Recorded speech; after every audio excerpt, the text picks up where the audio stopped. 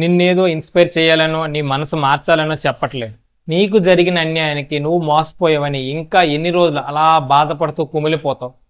ఆ 4 గోడల మధ్య బాధపడుతూ మానసికంగా కృంగిపోయినన్ని రోజులు కూడా నీ సమస్య రోజు రోజుకి పెరుగుతుందే కానీ తరగదు. అలా బాధపడుతూ ఉంటే నీ హెల్త్ ఏమవుతుంది? నిన్నే నమ్ముకుని ఉన్న నీ ఫ్యామిలీ పరిస్థితి ఏంటి? ఒక్కసారైనా ఆలోచించవా? నీకు జరిగిన అన్యాయాన్ని ఒక్కసారిగా మర్చిపో, ఉన్న పలంగా ఇప్పుడే మర్చిపో అని నేను చెప్పట్లేదు.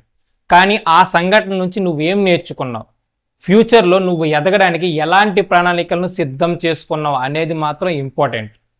ఒక్కటి మాత్రం నిజం, ఈ జీవితం నీ ఒక్కడిదైతే మాత్రం కాదు, నీ మీదే డిపెండ్ అయిన నీ పేరెంట్స్ది కూడా, నిన్నే నమ్ముకుని ఉన్న నీ భార్య పిల్లలది కూడా. ఒక్కసారైనా వాళ్ళ గురించి ఆలోచించు.